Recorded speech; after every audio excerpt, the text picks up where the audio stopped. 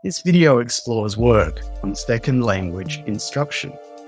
The article from Mind, Brain and Education offers a three-dimensional visual framework of the mental lexicon and relates vocabulary instruction to it before discussing how the framework can influence educator practice.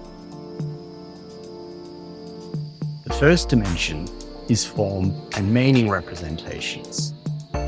Form has two representations, printed and spoken, while meaning is the knowledge of what the word refers to. These are all encoded differently in the brain. Robust connections between these enable faster transition from meaning to form and vice versa. The second dimension is network structure. These are the networks connecting form and meaning.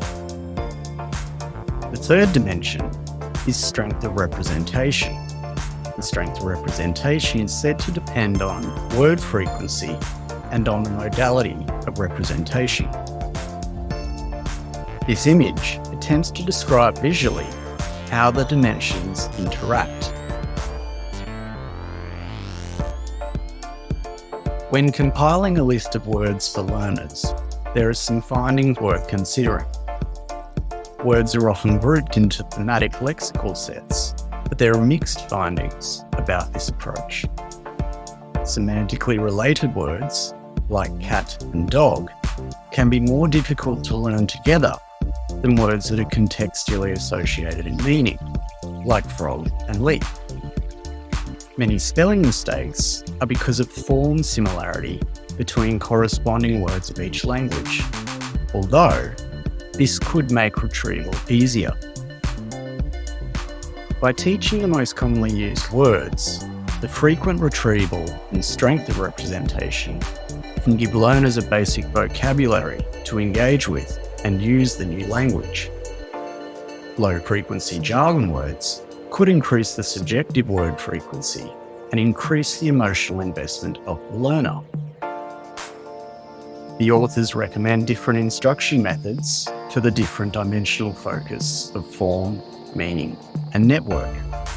These include well-known methods like word lists, flashcards, visual imagery, and dictionary work. I have described some of the less widely known methods here.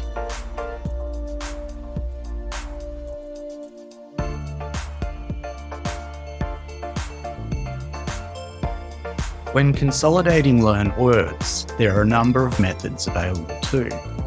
Methods like spaced repetition, retrieval practice, and presenting information in multiple modalities are designed to both increase the frequency of encountering a word and to evenly distribute the encounters, which are both important to consolidating form and meaning. The authors intend the framework to connect neuroscience and educational practice. They call for more investigation into the framework and set out several focal points to test. The authors also encourage stakeholders to use the framework to reflect on their practices. They list a procession of questions presented across this slide and the next that should be asked about educator practice that can guide critical assessment of second language instruction.